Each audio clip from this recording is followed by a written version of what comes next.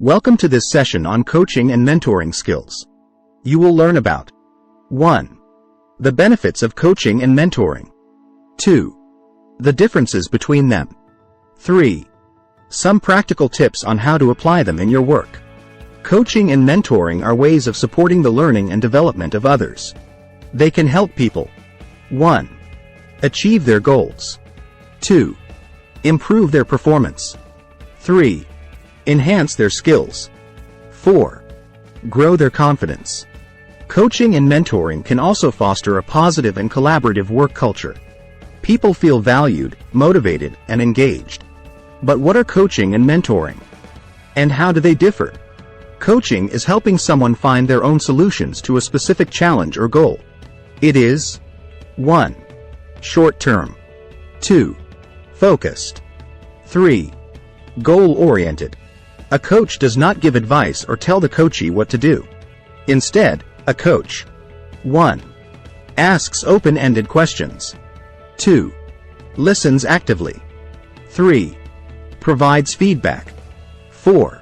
Challenges the coachee to think creatively and critically. A coach helps the coachee discover their own potential and resources, and supports them in taking action and achieving results. Mentoring is a relationship of mutual learning and support between a mentor and a mentee. It is 1. Long-term. 2. Broad. 3. Developmental. A mentor is someone who has more experience or expertise in a certain field or area than the mentee. A mentor 1. Shares their knowledge, insights, and advice with the mentee. 2.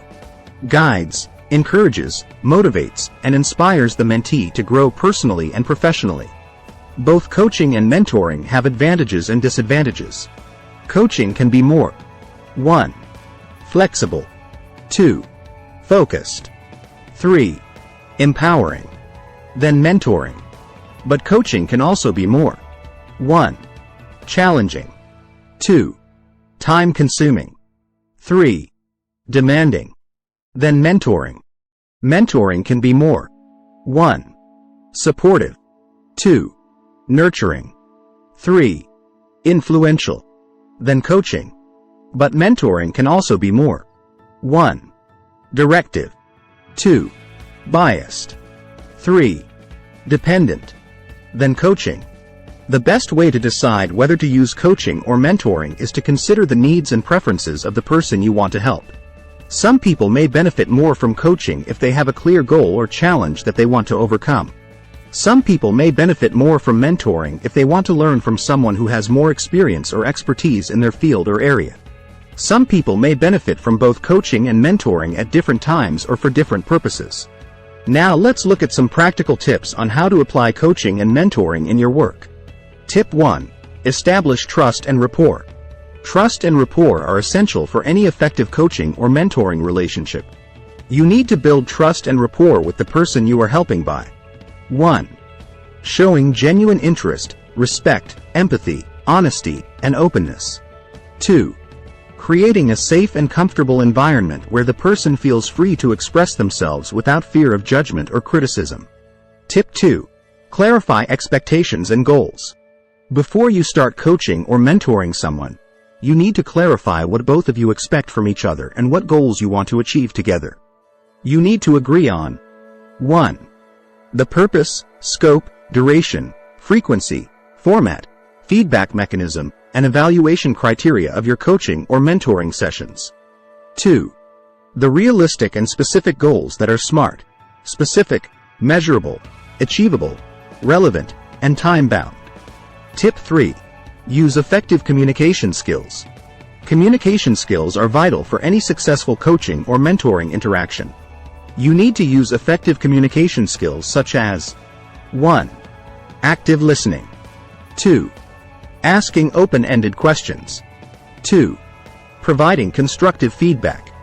2. Summarizing key points. 2. Reflecting feelings. 2. Paraphrasing statements. 2. Using positive language. You also need to adapt your communication style to suit the personality, learning style, and communication preferences of the person you are helping. Tip 4. Apply appropriate techniques and tools. Depending on whether you are coaching or mentoring someone, you may need to apply different techniques and tools to facilitate their learning and development. For example, if you are coaching someone, you may use techniques such as the GROW model, the STAR model, or the COACH model to structure your coaching sessions and guide your coachee through the stages of goal setting, reality checking, options generation, and way forward. If you are mentoring someone, you may use tools such as stories, examples, analogies, or metaphors to share your knowledge, insights, and advice with your mentee in an engaging and memorable way. Tip 5. Monitor progress and evaluate outcomes.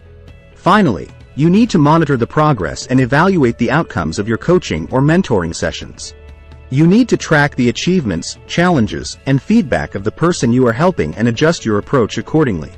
You also need to measure the impact and effectiveness of your coaching or mentoring sessions by using quantitative and qualitative methods such as surveys, tests, interviews, or observations. You should celebrate the successes, learn from the failures, and identify the areas for improvement. And that's it for this video.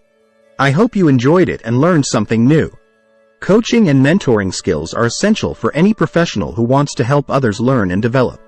They can also help you improve your own communication, leadership, and interpersonal skills. So why not give them a try? You can start by applying the tips I shared with you in this video. And if you need more guidance or support, you can always reach out to me. I'm here to help you as your virtual coach and mentor. Thank you for watching and see you next time.